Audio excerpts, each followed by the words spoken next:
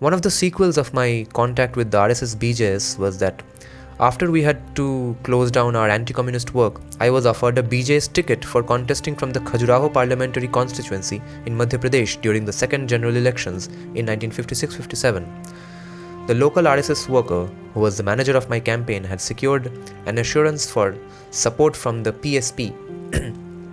In the event, PSP is the Prajatantra Socialist Party. In the event, however, all arrangements broke down when that worker met an accident and became bedridden. Yet, I could see the functioning of the RSS BJ's organization from close quarters. It had dedicated workers and powerful speakers. The only thing the organization lacked was material resources. It was difficult for me to believe that a patriotic organization could be so poor. I had not yet met the Hindu Mahasabha people and did not know what poverty could really mean. There were some revealing episodes during this election. The wall posters which the BJS had got printed in Delhi announced that one of the main BJS aims was to abolish untouchability. The field workers were against putting up those posters because they thought that the considerable conservative section in the electorate was likely to go against me in that event. But I stuck to my guns and insisted that the posters be put up. I do not know if they were used. Secondly, I observed that the organizers of my public meetings did not relish my talk about principles involved between the Congress policies on the one hand and the BJS policies on the other.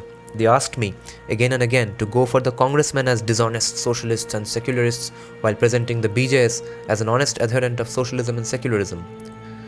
Thirdly, the organizers warned me not to plead for a ban on cow slaughter and not to say anything against Pakistan whenever the meeting happened to be in a Muslim locality. Lastly, they asked me to use English words and phrases quite frequently in my speeches lest people concluded that I was uneducated. I did not relish these advices. That was the background of my contact with the RSS BJS when I returned to Delhi in 1957. The contact deepened in due course. I wrote quite often in the Organizer. Organizer is the RSS magazine. And met RSS BJ's people more often. Most of them were quite friendly. The only unfriendly man I met was the windbag, probably who is Atal Bihari Vajpayee. The only unfriendly man I met was the windbag I have mentioned. His face showed a frown whenever he saw me, which was not unoften. The one suggestion which I made to every RSS and BJ's leader I met was that the movement should have a full-blooded Hindu ideology of its own and process all events, movements, parties and public figures in terms of that ideology, rather than live on borrowed slogans or hand-to-mouth ideas invoked on the spur of the moment. They heard me patiently and hardly ever contradicted me, but over a time I realized that they did not take me seriously.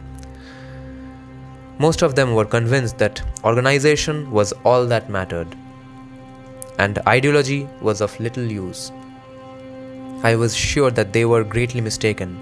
I could see their plight quite clearly as they tried to operate according to ground rules laid by their opponents. But they thought that my preoccupation with ideology had something to do with my communist background. I felt helpless. I also felt annoyed when I heard speaker after speaker in RSS gatherings pouring contempt on intellectuals who had read the books but who knew nothing about practical problems.